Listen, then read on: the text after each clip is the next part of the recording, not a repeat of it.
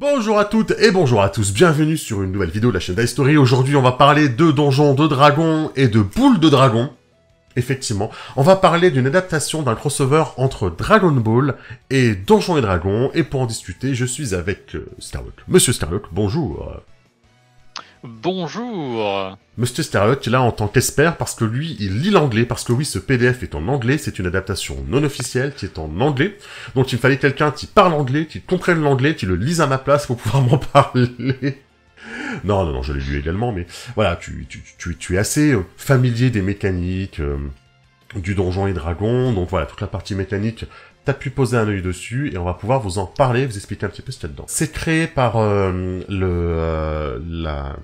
les types qui s'appellent Stranger Worlds, et donc il y a leur Discord que je vous mettrai en description, et voilà, c'est les Strangers, ils sont à Stranger World.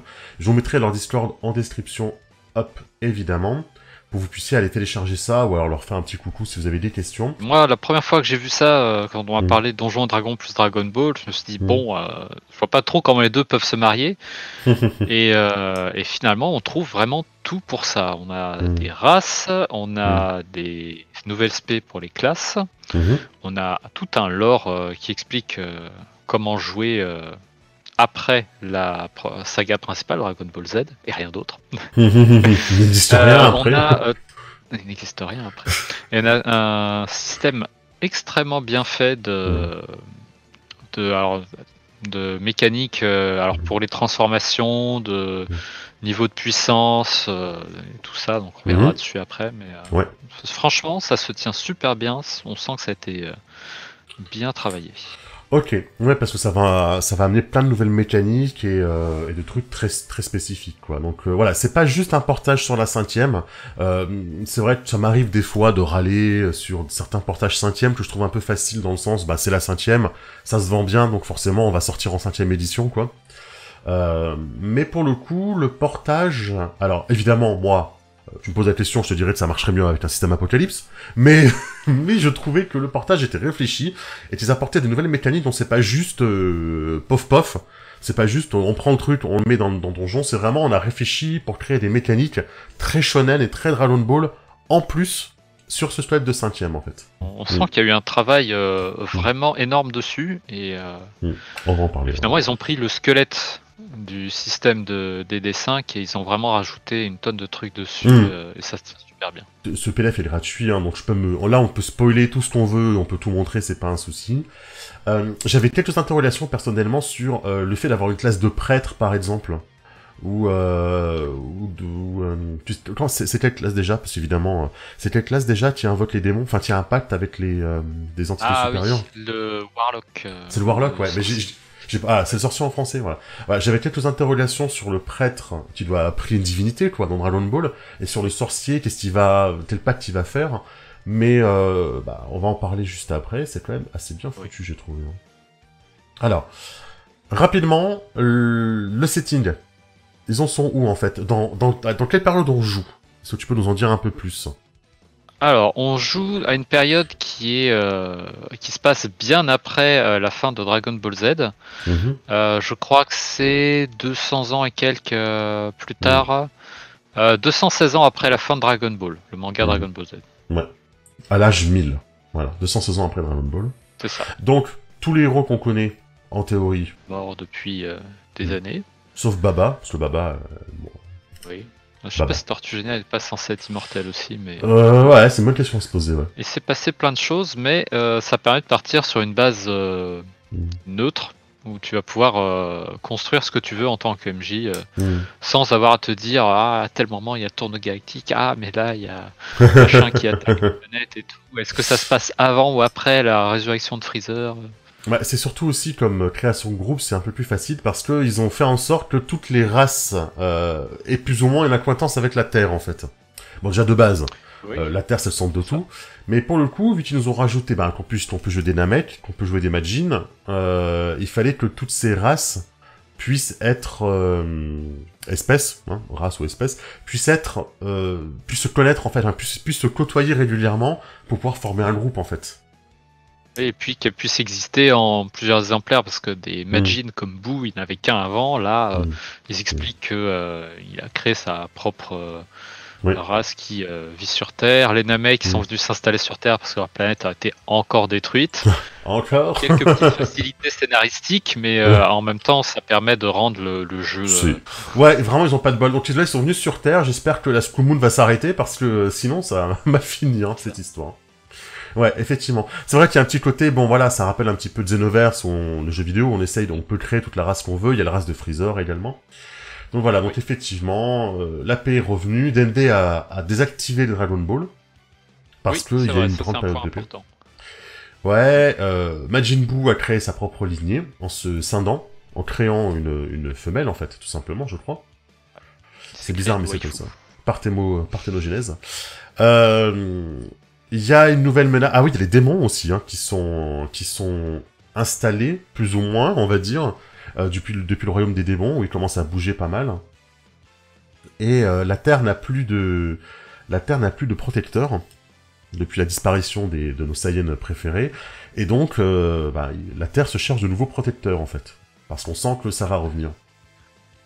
Et grâce à la popularité de Monsieur Satan, le monde a reconnu un renouveau des arts martiaux, et beaucoup de gens font des arts martiaux, donc c'est beaucoup plus répandu, ce qui permet d'expliquer que la plupart de nos persos peuvent donner des coups de tatane. C'est ça, savent se battre. Alors, dans la création des persos, on a plusieurs origines, et c'est assez cool. Qu'est-ce qu'on a? Vas-y, tu te rappelles de quoi alors? Les origines, c'est principalement les races, à ceci près que ça donne aussi un équipement comparé à une race normale. Voilà, donc tu peux prendre, tu as aussi l'historique qui va te servir pour ta création, genre sauvageon, machin ou autre, mais je pense que c'est mieux de pas prendre l'équipement du... Après, je pense que c'est un jeu où de toute façon le MJ va devoir faire beaucoup d'ajustements. Ouais, notamment sur le côté équipement. Donc on a l'Android, déjà, pour commencer. Moi j'aime beaucoup. Donc au choix, Android à énergie limitée ou Android absorption qui ponctionne l'énergie. Ouais, donc voilà. Soit Cell, soit C18 en gros quoi. C'est plutôt C19 ou C17, C18. Ouais, quand même Cell avec sa queue, hein. Ça parlera à certains. C'est dans le supplément, et c'est les bio Android. Donc tu peux créer Cell, et c'est dans le supplément, parce que ce jeu a un supplément. Ouais, on ira le voir après. Tu peux créer un Android qui est, un bio Android composé de différentes races, donc tu peux choisir les aspects de plusieurs races et les mixer dans ton propre Cell. C'est vraiment comme une espèce de Donjons et Dragons, hein. T'as vraiment des passifs, des capacités uniques, etc. quoi.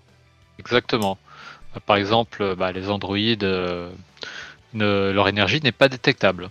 Au tout début, niveau 1, leur énergie, t'as un désavantage pour la détecter, et au niveau 3, elle est plus détectable du tout. Donc, comme dans les mangas.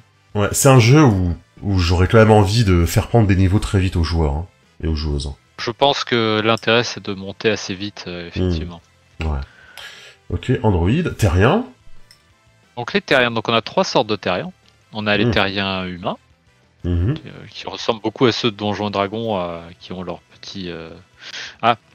on n'a pas parlé, mais ça utilise les règles de Tasha, c'est-à-dire... Ah oui. C'est toi qui définis tes bonus raciales, tu n'as plus de bonus plus d'enforce, plus un... Voilà, Tasha c'est un supplément.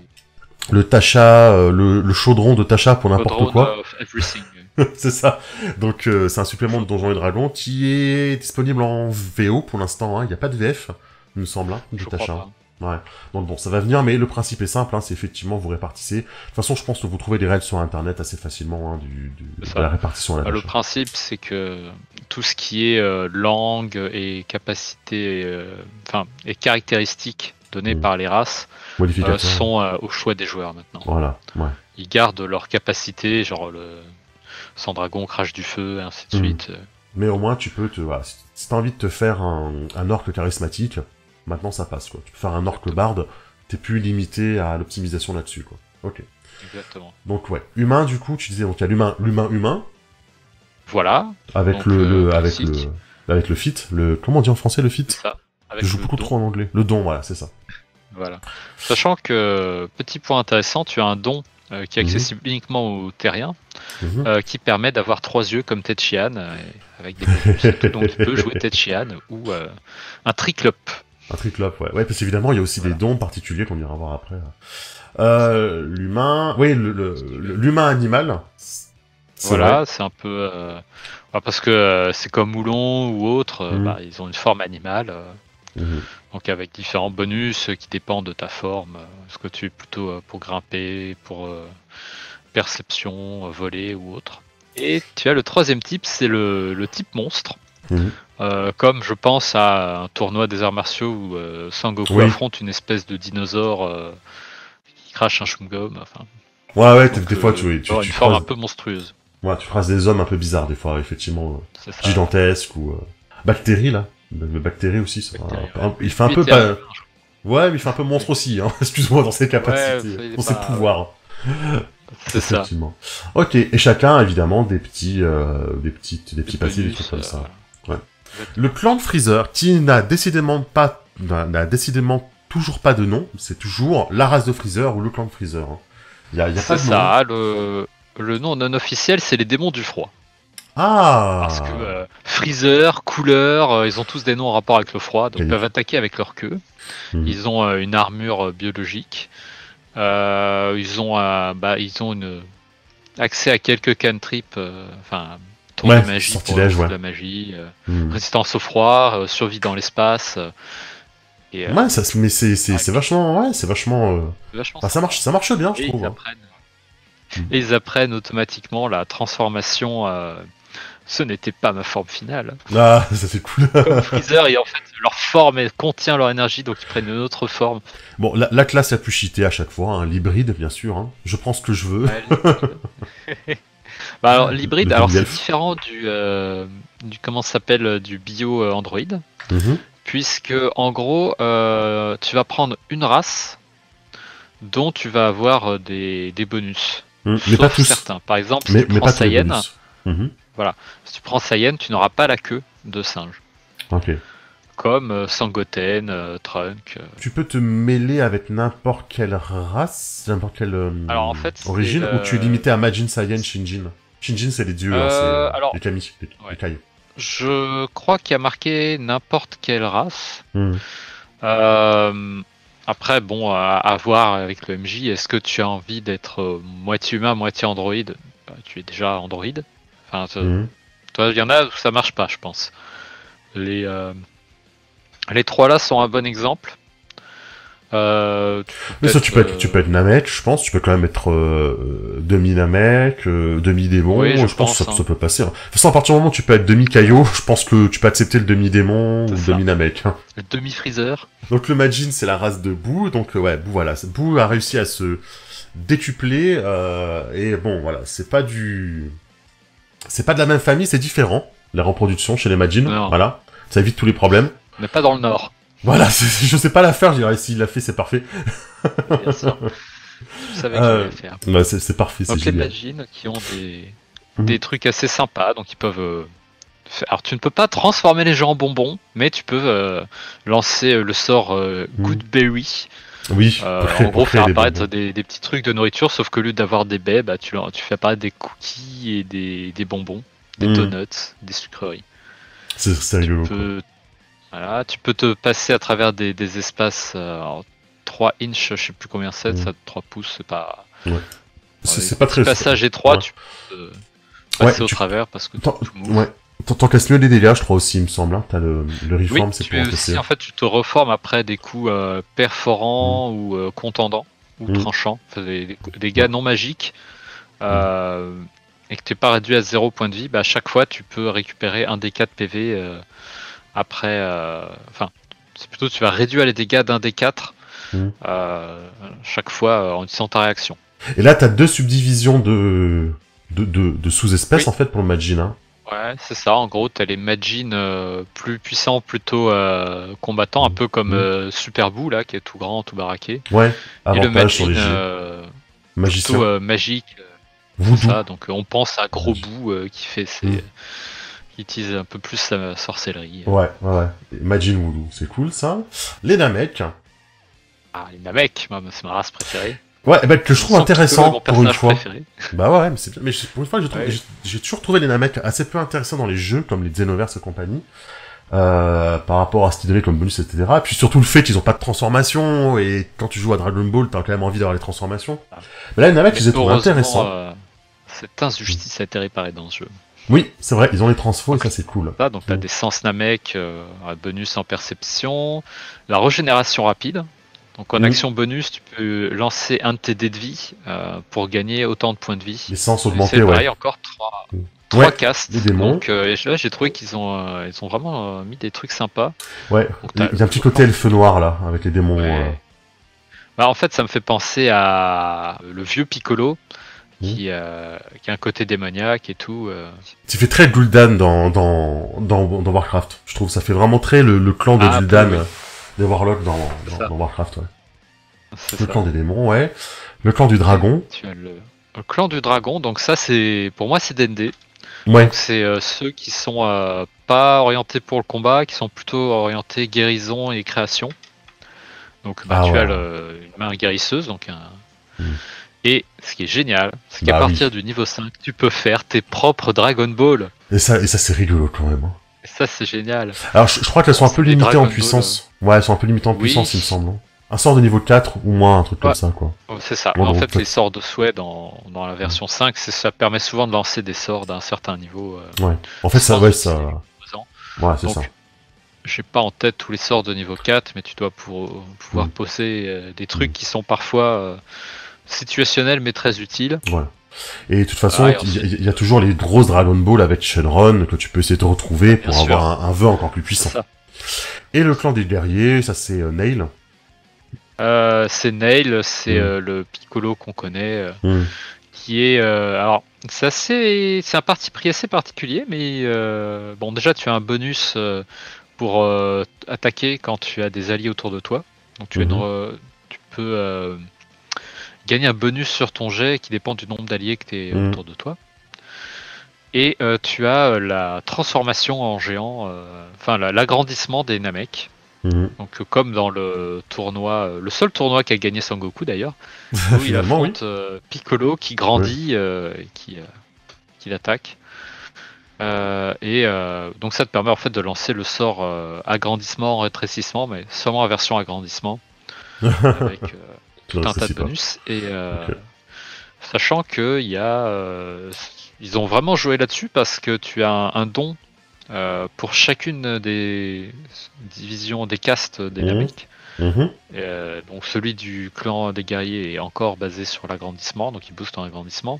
D'accord. Et les Namek ont une transformation Super Namek qui permet encore pour le clan de booster ton agrandissement où tu finis par être monstrueusement grand. Donc Ok. Intéressant un à parti jouer. pris, mais Ouais, c'est original, mais sympa. c'est sympa. Les Saiyans, qui n'ont pas de subdivision, mais qui pour le coup sont tournés vers le combat, hein, de toute façon. Hein. Ah, complètement. Toutes tes attaques à main nue font 1 des 6 dégâts contendants. Mm.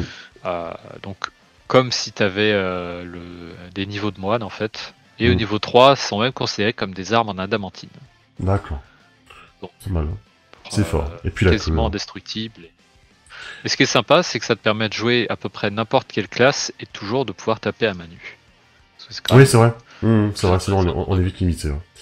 Le Shinjin, c'est tout ce qui est Kaio, hein, Kai, Kaioshin, etc. Quoi, les dieux. Hein. Ils soignent, ils ont un trait pour soigner, et après ils ont une ils peuvent subdivision. toujours reconnaître la direction où ils sont.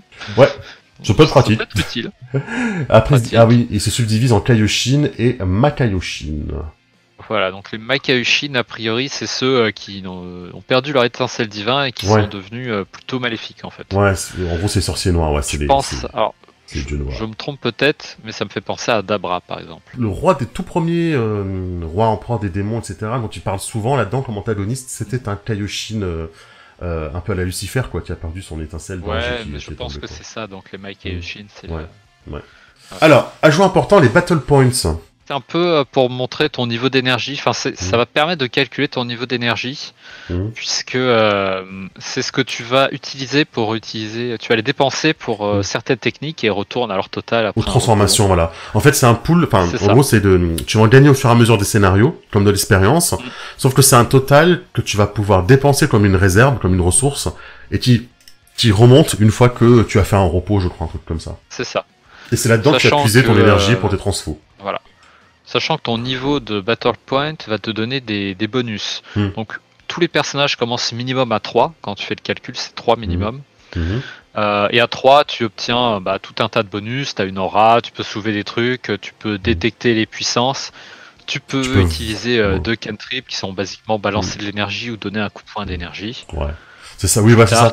C'est que pour lancer des boules d'énergie, des boules de ki, c'est un cantrip, ça va pas vous demander de dépenser des sorts, en fait. Et tu dois choisir à la création si tu veux que, en gros, ta partie énergie / magie soit basée sur ton charisme, ton intelligence ou ta sagesse. Bien aussi, c'est beaucoup plus flexible.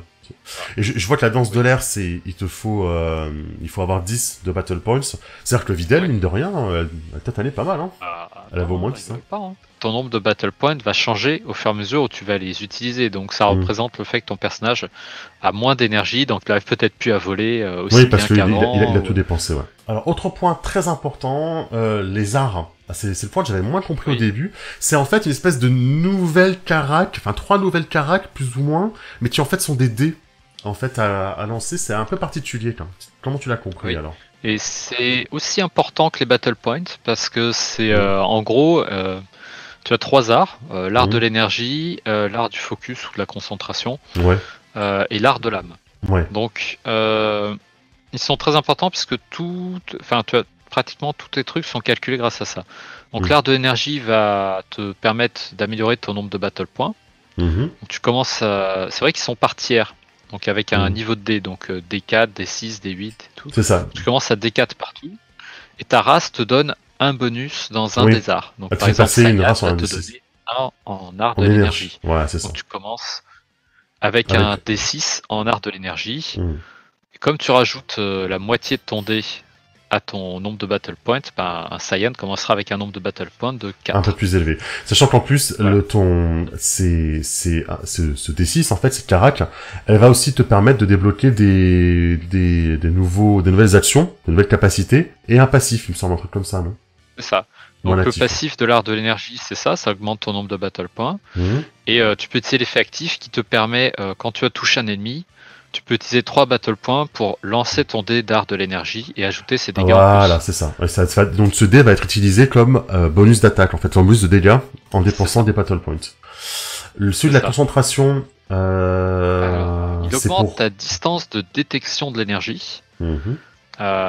Et en utilisant en effet actif, tu vas avoir un bonus pour toucher. Donc c'est pas pour blesser, mais pour toucher là. Donc c'est pas sur les dégâts, mais pour un battle point. C'est très utile, ouais. Ouais, tu lances un petit dé bonus à ton D20. C'est pas cher. Ouais, un point, c'est pas cher. Et le dé et l'art de l'âme. Alors, celui-là, il est un peu tricky. En gros, ça va te permettre d'apprendre un certain nombre de sorts, peu importe ta classe. Donc apprendre les Kamehameha et autres... Voilà, parce que le vrai problème, c'est que tu te dis, mais si je choisis le build du barbare, j'ai pas d'emplacement de sort, donc comment je peux lancer des Kamehameha? Et ben c'est grâce à ça en fait, c'est qu'en fait tu vas pouvoir en développant ton art de l'âme, ton dé d'âme, tu vas avoir accès à plus de sorts à pouvoir lancer, même si t'es pas une classe de sort en fait. Exactement. Sachant que alors tu peux utiliser le tableau du multiclassage pour savoir à quel niveau tu peux apprendre tel sort de tel niveau et ainsi de suite. Voilà. Sachant que ces sorts utilisent la même caractéristique que tu as déterminé au début pour les lancer, donc intelligence, charisme ou sagesse. Voilà, c'est que par exemple un Broly il lancerait sur charisme par exemple quoi. C'est un berserker, un barbare sur charisme. Charisme ou sagesse, un des deux. Ouais, Broly sagesse. Pas intelligence. La sagesse, c'est aussi la perception, la conscience de l'environnement. Ouais, c'est vrai. L'enfant sauvage, tout ça. C'est pas faux ce que tu dis, c'est même très bien. Et tu as un effet actif. Tu peux utiliser 5 battle points, donc c'est cher, mais pour ajouter le résultat de ton dé d'âme à un jet de sauvegarde. Ouais. Ça peut être très utile. Bah très utile parce qu'il y a beaucoup de sorts qui sont en fait, comme le Kamehameha en fait, qui proposent à l'adversaire de faire un jet de sauvegarde. Donc en fait, pour esquiver les Kamehameha des autres, ajout très sympa. Quoi. C'est toute la mécanique en fait, c'est pour ça que je disais qu'ils ont gardé le squelette de Donjons & Dragons, qu'ils ont rajouté toute une mécanique autour. C'est que le principe des battle points et et des arts te font un système très original et très travaillé. C'est ça, c'est le petit ajout qui fait que c'est vraiment utile. Et tout ça te permet de calculer ton power level, hein, ton niveau de puissance. Ça, le nombre de battle points, fois tes PV, plus ton PV. C'est ça. Au niveau 1, t'es à peu près entre 170 et 180 de puissance. Donc donc l'équivalent d'un Tortue Génial. Ok, enfin. T'es niveau 1. Tortue Génial de l'arc DB que tu le rencontres. Pas tout de suite. Ouais, ok, le stade du niveau. Ok, ensuite, on va accélérer un petit peu, tout ce qui est faction, c'est-à-dire, voilà, en gros, le monde est divisé en factions, et tes PJ peuvent provenir de là, c'est plus facile pour créer des groupes, en fait. C'est ça. Finalement. T'as la Capsule Corporation. La capsule. Elle est gentille, en général. T'as bon, après, ça peut être la grosse corpo War Company, tu sais, de dominer le monde. C'est ça. Donc ça peut être aussi les méchants, quoi. Ça peut être intéressant. Qu'entre ça et comment s'appelle l'armée du ruban rouge, l'empire des démons, tout ça. Ouais, mais l'armée du ruban rouge, ça peut être pour la libération des droits des humains mêlés avec les animaux, tu vois. Tu peux essayer de trouver des trucs pour retourner un petit peu, ça peut être Sorti intéressant. du contexte, cette phrase est très... Oui, ok. Tu as l'Empire Noir, hein, l'Empire Sombre, donc c'est les démons, hein, avec des persos qu'on peut connaître si jamais on a joué à Xenoverse ou qu'on a joué au jeu de cartes Towa, Mira, Demigra, etc. quoi. Etc. tous ces démons qu'on connaît un petit peu, quoi. Ils te disent quelque chose, tu les connais? Non, j'ai pas joué au... Tiens, attends, j'ai une carte là. Xenoverse, donc... Tiens, je sais pas si on va... Évidemment, j'ai pris mes cartes à côté, mais je sais pas si ça va marcher. Mais tu vois, là, il y a Towa, par exemple. Ah, oui, effectivement. Qui est la sœur de Dabura. Ah, elle ressemble pas beaucoup, hein. Bah, ouais. Bon, c'est des démons, quoi. Puis t'en as plein des... En fait, c'est un peu des démons sorciers. T'as Mira, qui est un androïde, créé par Towa. Mira. Ah. Donc tu vois, tu peux être un androïde du côté des démons, du coup. Bien sûr. Ça, c'est cool. Ils ont un espèce d'underworld, hein, ils ont un monde à eux, et ils ont une entrée sur Terre, je crois que c'est une île qui leur est dédiée, hein, qui est le passage pour eux, quoi. Donc voilà, il y a quelques descriptions de personnages connus avec leurs alignements. Les forces de Frieza, la patrouille galactique, donc Jaco. Toujours. Ouais. Je sais pas, moi j'aime beaucoup Jaco. Ouais, j'aime beaucoup Jaco, ouais. Mais Jaco, alors tiens, on va faire une parenthèse, avant Dragon Ball Super, on l'avait vu? Je crois pas, oui. Hein. Ah ouais? Mais je me rappelle plus du tout. Alors, il avait fait un petit hors-série qui se passait dans l'univers de Dragon Ball, et c'était avant que Son Goku arrive sur Terre, parce que Jaco était censé, s'il avait bien fait son travail, il devait éliminer le Saiyan qui venait sur Terre. Mais Jaco n'est pas le meilleur membre de la Space Patrouille. La Galactic Patrol, ça marche. Donc voilà, on peut faire partie de cette Galactic Patrol. Donc là, ça peut expliquer que vous avez des gens de races différentes qui font équipe, en fait, tout ça. Hop, et on en a un ou deux derniers. Bah oui, l'armée du ruban rouge. Et là, la Time Patrol, ouais. Time Patrol, c'est ce qu'avait choisi Xenoverse, hein. Xenoverse, il faisait jouer la Time Patrol parce que, bah, ça permet d'expliquer qu'on a peut-être des personnes de races différentes et d'époques différentes qui font équipe, et ça permet de faire des scénarios qui se passent dans plein de temporalités différentes, quoi. Et ça te permet de raffronter les ennemis classiques de Dragon Ball, Freezer, Cell, tout ça. Voilà, ça peut tu le fais pas au niveau 1, hein. Non, on les verra après, mais... Il y a pas d'autres factions, hein, qui mentionnent, ils décrivent pas, mais par exemple, il y a aussi, bah, les forces de Jinyu, il y a les Bojack, les guerriers de l'espace, comment les appeler en français? Les terribles mercenaires de l'espace. Pilaf, Garlic, etc., quoi. On a un menu, ou... Voilà, petite description du monde. En gros, les 4 régions du grand continent, hein, nord, sud, est, ouest, avec leur capitale, des petites idées d'aventure qui peuvent s'y passer avec, voilà, quelle puissance, voilà, est-ce que c'est plutôt pour les débutants, pour les milieux, pour les endgames, etc. Tadashi Budokai, voilà, ils vont vous décrire un peu le monde. Je passe un petit peu vite dessus, hein, parce que voilà, c'est du lore, en fait. Le monde des Kaioshin, etc. Les différents univers. Vous savez que maintenant, il y a 12 univers dans Dragon Ball, hein, qui vont par paire. Ouais. Donc l'univers qu'on connaît, c'est l'univers 7 qui est couplé à l'univers 6, où à l'intérieur, on va trouver des Saiyans, etc., quoi. Parce que eux, leur planète n'a pas été détruite.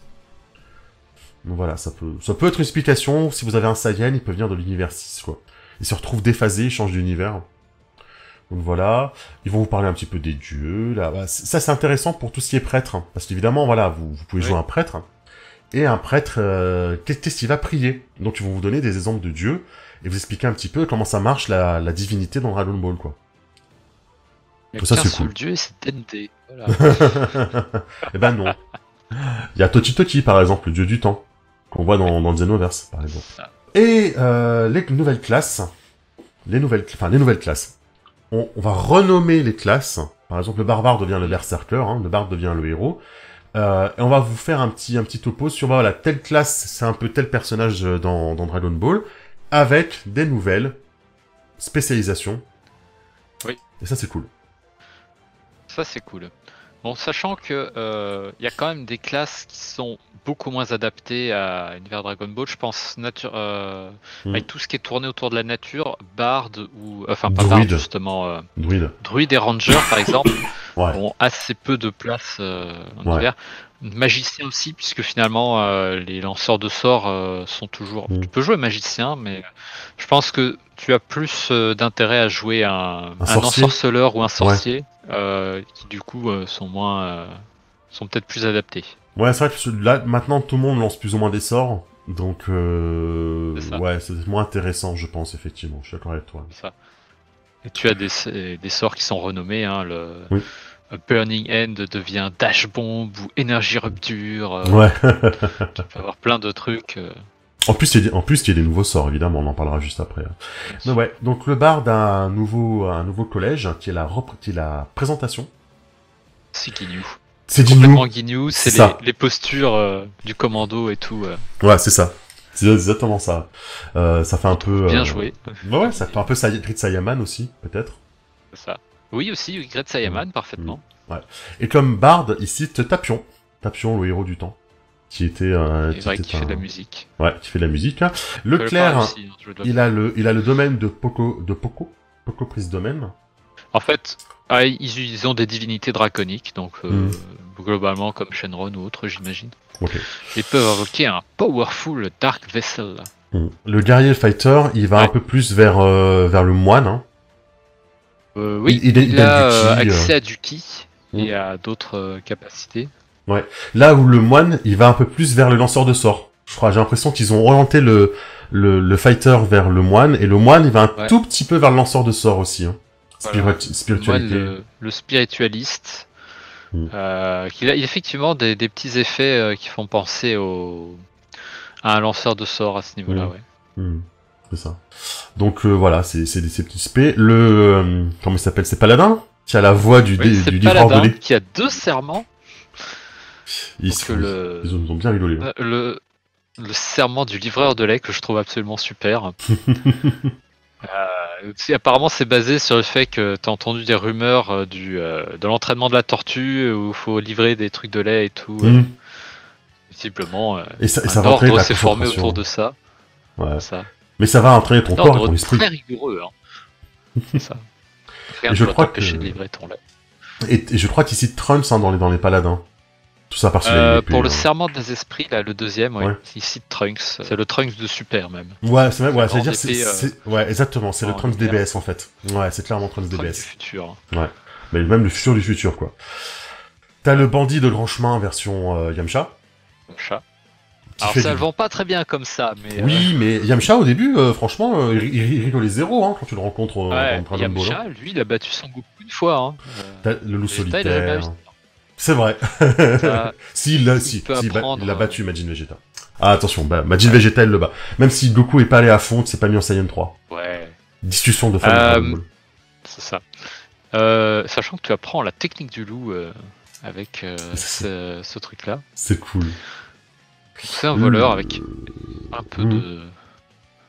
C'est un voleur sur Wisdom. Tu as l'âme monastique. Oui. L'âme monastique. Ouais, l'âme monastique. L'âme monastique, alors ça c'est le... J'aime beaucoup celui-là, c'est le sorcier. Enfin, l'ensorceleur plutôt. Et il a plein de trucs pour taper au corps à corps, donc C'est pas mal parce que t'as un lanceur de sorts qui va beaucoup au cac Ouais. et qui est encore un lanceur de sorts, donc il peut Ouais, avoir ouais. plein de trucs sympas. Mais Salam, j'aime beaucoup. Ça fait un peu du tout en un, mais en même temps, c'est Dragon Ball, donc t'es obligé d'avoir des lanceurs de sorts qui sont au corps à corps, sinon ça fonctionne pas. Ça, bon, il aura pas les PV d'un guerrier ou d'un Voilà. moine, mais à côté de ça, il y a des trucs très sympas. Il y a beaucoup de téléportation, il y a beaucoup de téléportation dans ce jeu d'ailleurs. Les nouveaux patrons, hein, le dieu du temps. Hein. Ouais, pour le sorcier, lui, pour le coup. Donc le dieu du temps. Ouais. Donc, tu peux avoir un Majin plein de comme patron, Ouais. tu peux avoir un Alors démon. ça, je pense que ça, c'est un espèce de diable, un Majin Progenitor, un puissant magicien from beyond the star. Ouh. Ils prennent par exemple Babidi. Ouais. Ça me Exact. semble être effectivement ce premier show auquel on pense, c'est un Babidi-like. Ouais, Bobby Dylan, quoi. Et après, bah, tu vas faire un pacte Et, et tu... Bon, tu peux faire un pacte avec Chronoa, je crois, la suprême caille du temps, hein, donc ça va, c'est pas que des méchants, on va dire. Oui, Pas que. Mais c'est plus rigolo. que Babidi est pas forcément méchant. Bah non, bien sûr que non. Ensuite, on va passer rapidement, on a des nouveaux backgrounds, hein. Tu peux être un ancien de la patrouille galactique, un ancien scientifique. Et celui que j'aime bien, c'est l'ancien maître en arts martiaux. Ouais, c'est ça, c'est que tu es déjà maître en arts martiaux. C'est ça, c'est cool. C'est ça. Tu peux avoir des élèves. C'est rigolo, quoi. Et ça, c'est cool. Des nouveaux dons, donc le don de Dende, hein, bien évidemment. Donc, t'en as un pour chaque... beaucoup de dons sur les races, surtout. Ouais. Donc un pour chaque classe de Namek, un de Saiyan, un pour les humains pour être Triclope. Tu en as un qui est très sympa, c'est initié de l'académie des changeurs de forme. Donc comme Oulon et Plume, tu peux changer de forme. Ah ouais, oui, exact. C'est très amusant. L'académie, ouais, c'est cool. Ok. Le fait d'empoisonner avec tes attaques, comme C'est ça. Ok. Des nouveaux spells. Donc évidemment le Gentidama, la Spirit Bomb, quoi. Tu as le Kamehameha, la tête du loup. Le Kiko-O. Ouais, Kiko. Bah après voilà. C'est les noms anglais. Donc... Voilà. Exactement, c'est ce que j'allais dire, c'est les noms anglais. C'est pas forcément facile de savoir lequel est lequel en fait. Genre par exemple, chez eux, comment il s'appelle le Gentidama, c'est le Spirit Bomb, je crois. C'est ça. Donc c'est voilà, la petite attaque de base, c'est le Spirit Blast. C'est le Spirit Blast, elle est là. C'est un grand truc. À l'infini, quoi. Tu as aussi comment s'appelle le sort de Tortue Géniale pour enfermer les gens dans un pot. Ah, le Mafuba. Le Mafuba qui est traduit par Evil Containment Wave. Ah ouais. Je pense que c'est la traduction littérale, mais je préfère le nom japonais. Hein. Attends, puis il est là, Evil Containment Wave, c'est ça. Alors voilà, donc vous voyez des classes privilégiées, mais comme on l'avait dit, grâce à votre dé d'âme, vous pouvez avoir des sorts de n'importe quelle classe en fait. Donc ça c'est cool, c'est-à-dire que même un berserker pourra lancer un Kamehameha, quoi. Parce qu'évidemment tout ce qu'on veut c'est le Kamehameha. Sort de 5ème niveau, c'est pour ça que je dis. Faut quand même viser 5ème niveau assez vite, sinon c'est un peu dommage. Pour eux, le niveau 10 c'est un niveau moyen. Hein, ouais. Ouais, les niveaux de puissance sont quand même bien plus élevés, hein, faut y penser, hein, dans ce jeu. C'est ça, hein, parce que t'as des campagnes qui se terminent à niveau 10, hein, dans Donjons et Dragons. Hein. Ouais. Il y a même souvent, il y a énormément de parties que tu lances et t'atteins même pas le niveau 5, hein. Donc, la fusion métamol. Ah ouais. C'est cool, c'est rigolo, quoi. Évidemment, c'est super dur à réaliser. Si jamais tu te foires, tu lances un D4, il se passe des choses. Donc tu peux réussir, hein. Si tu fais 1 sur ton D4, même si t'as foiré, tu réussis, mais ça dure 2 fois moins longtemps. Sachant que tu dois lancer le sort, mais ensuite, il faut que chacun fasse un test de représentation. Ouais, avec charisme. Donc représentation est très utile dans DBZ. Bah charisme a l'air pas mal, ouais. C'est ça. Avec des malus ou des bonus selon le nombre de fois où t'es familier avec la technique. Ah mais comme tu fais que tu puisses choisir de lancer tes sorts sur charisme, et le fait que tu peux mettre tes bonus où tu veux, tes bonus ratios où tu veux, je pense que c'est un jeu où tu peux vraiment te build ton héros favori que t'as envie et de faire un héros sur charisme. Barre de la représentation. Alors après, je trouve la transformation pas hyper puissante, mais tellement fun à faire. Bah, c'est surtout niveau mécanique. C'est surtout niveau mécanique. Si tu fusionnes avec un PJ, bah finalement, au lieu d'avoir 2 PJ qui tapent, t'en as qu'un. Voilà, c'est ça. Donc comme Donjons et Dragons 5, celui qui a le plus d'actions gagne. T'as pas plus d'action. Généralement, c'est vrai que ça se joue beaucoup là-dessus. T'as pas plus d'action. Donc voilà, pas mal de sorts. Oui. Un truc que je trouve excellent dans ce jeu, c'est les transformations. Alors, les transformations, c'est pas juste un boost. C'est vraiment bien pensé. C'est extrêmement puissant, mais tu as une fois que tu as terminé ta transformation, tu dois faire un jet pour encaisser, ne pas subir un effet de fatigue. Voilà. Ouais, comme le Kaioken. Donc, ça consomme beaucoup de battle points. Ouais. Donc, on le rappelle, on les dépense, mais le total revient, enfin ça revient à son total après un repos, hein, il me semble. Voilà. Mais avec des durées variables, donc par exemple la transformation en grand singe, qui peut se déclencher toute seule si tu regardes la pleine lune et que tu as un Saiyan avec ta queue, elle peut durer jusqu'à 8 heures. Donc ensuite tu as un jet de stress qui te donne à faire après sur un dé de 18 quand même. À 18, ouais. Et tu vas utiliser ton art de l'énergie. Et donc là, où c'est sympa, c'est que les petites étoiles sur les stats, c'est les stats qui vont être boostés par cette transformation. Donc, tu vas jeter ton dé d'art correspondant. Ah, tu rajoutes ton dé d'art. Ok, c'est une classe énergie. Voilà. Donc tu vas rajouter ton dé d'énergie, donc un D4, un D6, un D8, etc. à chaque test que tu fais sous cette claraque. Alors non, tu vas le lancer et le résultat va être le boost que tu prends en force et en constitution. Ah, ok, tu le lances avant. Donc tu lances 2 dés. J'avais fait un test l'autre fois, j'ai obtenu 3 et 5, donc bon, je me retrouvais avec 20 en force et en constitution sur mon Saiyan. D'accord, ok, c'est cool mal, ça, hein. C'est cool. Parce que du coup, tu le lances une seule, donc c'est utile, donc ton dé devient utile parce que tu le lances, mais tu le lances qu'une seule fois. Ce qui fait que ça évite de devoir le lancer à chaque fois, etc., rajouter des calculs. C'est vachement bien, ok. Donc, ça va changer ton bonus. Donc tu as... Voilà. Et ensuite, tu as des capacités. Donc là, le grand singe, tu tapes sur tout ce qui bouge parce que t'es sauvage. Tu as un nombre de points de vie temporaires plus élevé. Si on te fait perdre ces points de vie temporaires, on peut te couper la queue pour annuler ta transformation. Et tu peux te cracher des flammes. Et tu as un gros rayon laser que tu craches par ta bouche. Où là, tu vas dépenser des points de battle points. Voilà. Pour faire des dégâts en plus. Ça peut être ultra violent, mais du coup tu peux te fatiguer. Après ta transformation, tu te retrouves à plus avoir de battle points et tout. Ouais, c'est super cool. Donc celui-là dure 8 heures, et à côté, il y a le Kaioken qui lui ne va durer qu'un round. Il dure qu'un round. Et qui a un dé de stress de 24. Il est monstrueux. Et il est plus puissant si tu dépenses plus de battle points pour l'activer, quoi. C'est ça. Contrairement au grand singe qui va te dépenser battle points que si tu lances le laser, là ça dure qu'un round. Mais tu peux balancer 4 battle points et tu as un avantage en déplacement, en perception et tout. Et ton prochain coup que tu vas faire avec une arme ou un sort va faire des dégâts multipliés par l'énergie. Équivalent à ton dé d'énergie x5 que tu vas lancer. x5 je crois. Ouais. Si tu as dépensé 4 battle points, tu vas lancer 4 dés d'énergie, tu vois. Plus ton modificateur de constitution. Donc c'est super violent, mais ça dure qu'un round. Et c'est accessible à tout le monde. Même un Namek peut faire un Kaioken. Et ça c'est cool parce qu'il y a plein de transfos, comme le Maximum Power, tu vois, qui sont accessibles à tout le monde, quoi. Exactement. Et t'as le Maximum Power, donc c'est ce qu'en Vegeta, Trunks qui sortent les gros muscles, mais qui sont plus lents. Le Perfect Power, ça c'est quand Sangohan dépasse le stade de Super Saiyan. Tu as la purification, donc c'est pour un Majin, c'est quand il se transforme en laissant échapper, genre quand il passe en Super Buu, tu vois. Le Super Namek, la fusion avec en plusieurs niveaux de puissance, parce que tu as les classes up. Ça c'est cool, ça fait plaisir, ouais. Super classe, super classe up, et un troisième niveau de puissance qui n'est accessible qu'au Super Saiyan. Oui. Le Super Saiyan.